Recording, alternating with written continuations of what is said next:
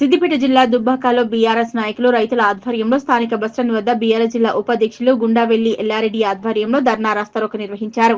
కాంగ్రెస్ ప్రభుత్వానికి వ్యతిరేకంగా నినాదాలు చేశారు. ఈ సందర్భంగా వారు మాట్లాడుతూ ఎన్నికల ముందు మాయమాటలు చెప్పిన రేవంత్ రెడ్డి సీఎం కుర్చీలో కూర్చొని ఏకకాలంలో 2 లక్షల రుణమాఫీ చేస్తారని కనీసం 25% కూడా రైతులకు రుణమాఫీ కాలేదన్నారు. మాయమాటలు చెప్పిన రేవంత్ రెడ్డి వెంటనే గద్దె దిగాలన్నారు. రేవంత్ రెడ్డి అధికారంలోకి వచ్చి ప్రజలను ఏ రకంగా మోసం చేయాలనే ఆలోచన చేస్తున్నాడే తప్ప ప్రజలను ఆదుకున్న పాపన పోలేదన్నారు. మహిళలకు ఆర్టీసీ బస్సులు ఫ్రీ అని చెప్పి డీలక్స్ బస్సులలో ఛార్జీల మూత మోగించి ఛార్జీలు వసూలు చేస్తున్నారన్నారు.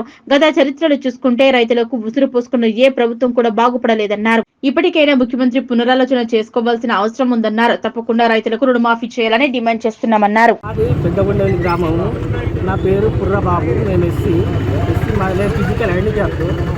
అయితే నాది క్రాప్ లోన్ 1,20,000 ఉన్నది. అయితే ఫస్ట్ సారి నాకైతే అని అన్నారు. అంటే నాకు యాక్సిడెంట్ అయింది. యాక్సిడెంట్ అయ్యి 7,50,000 అయినాయి నాకు. అయితే మేనేజర్ గారు కూడా మెరికి ఆ మేనేజర్ కూడా చెప్పిన సార్ నాది ఎట్లా మాఫీ చేయండి అంటే అయితే బాబు అని చెప్పింది. తర్వాత హరీష్రావు సార్ ఊరికే కలిసిన బాబు నీకు అవుతుంది ఎట్లయినా అవుతుంది అని చెప్పి పెన్షన్ ఇప్పించిండు. మన దాకా ఇప్పించాను. ఇప్పుడు ప్రాబ్లం మాపు అవుతుంది అంటే ఇప్పుడు కాంగ్రెస్ గవర్నమెంట్ వచ్చినప్పుడు ఖచ్చితంగా 2 లక్షలు మాపు అవుతుంది అన్నారు. అయితే అవుతుంది కావచ్చు అనుకున్నా. ఫస్ట్ విడత కాలేదు. సెకండ్ విడతలు అవుతుంది కావచ్చు అనుకున్నా. మళ్ళీ పోయినా కాలేదు. 3వ విడతలు అయితే అన్నారు. 3వ విడతలు ఉంటే కాలేదు. ఇలా పిచ్చిన బోర్డుకి వదం లేదు. ప్రాపర్కి మాకు కాలేదు. అధికారులు ఏమంటారు?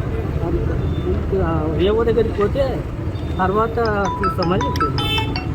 తెలంగాణ రాష్ట్రంలో కాంగ్రెస్ ప్రభుత్వం వచ్చిన తర్వాత తెలంగాణ ప్రాంత రైతాంగాన్ని అది గోసలు పెడుతూ మొదటి విడత, 2వ విడత, 3వ విడత అనుకుంటూ రైతులకు ఇచ్చిన రుణమాఫీని మాఫీ చేయకుండా బ్యాంకుల చుట్టూ తిప్పుతా ఉంది ఈ ప్రభుత్వం.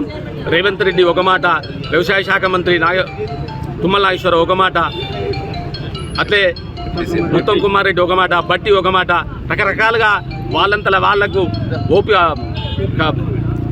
వాళ్లకు సమన్వయం లేక వాళ్ళకి ఇష్టం వచ్చినట్టు మాట్లాడుతూ ఉన్నారు. ఇప్పటికి కూడా కనీసం 50,000 నుంచి 1 లక్ష రూపాయల వరకు కూడా చాలా మందికి రుణమాఫీ కాలేదు. ఆ బట్టి మన రాష్ట్ర ఆర్థిక శాఖ మంత్రి బట్టి 7,500 కోట్లు రిలీజ్ చేసిందని ఆర్థిక శాఖ మంత్రి చెప్తాడు. ఇంకొకరేమో 12,000 కోట్లు అంటారు, ఇంకొకరేమో 18,000 కోట్లు అంటారు. వాస్తవానికి 7,500 కోట్ల రూపాయలే మాఫీ చేసామని ఆర్థిక శాఖ మంత్రి నిజం ఒప్పుకుంటుండు.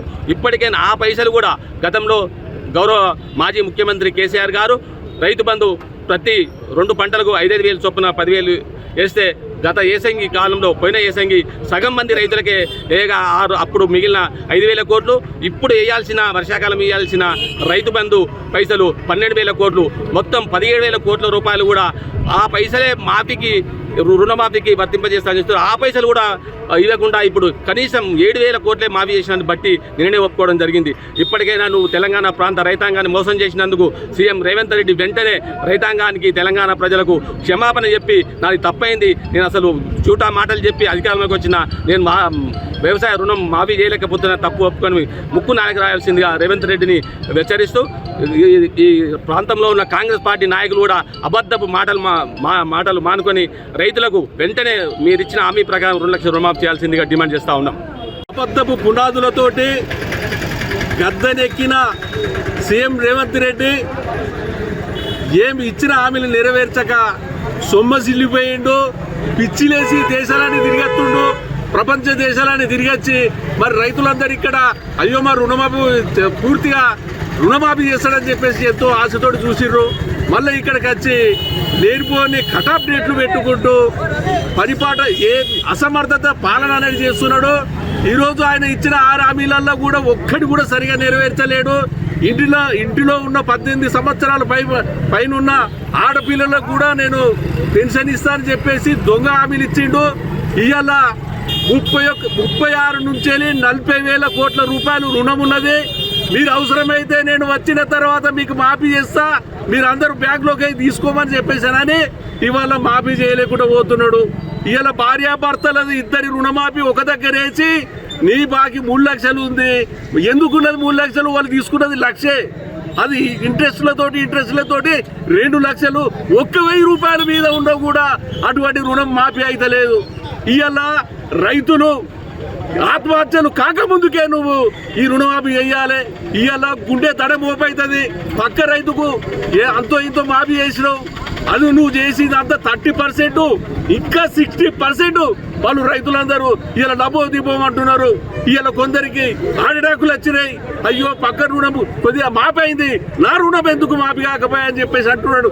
ఇలా ఒక్కొక్కడు 30,000 కోట్లు 20,000 కోట్లు ఇలా బ్యాంకులలో తీసుకొని దేశ విదేశాల వారిపోతున్నోరికి మాఫీ చేస్తున్నారు.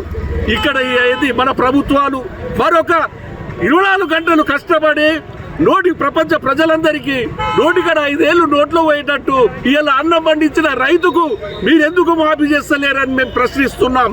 ఖబర్దార్ రేవంత్.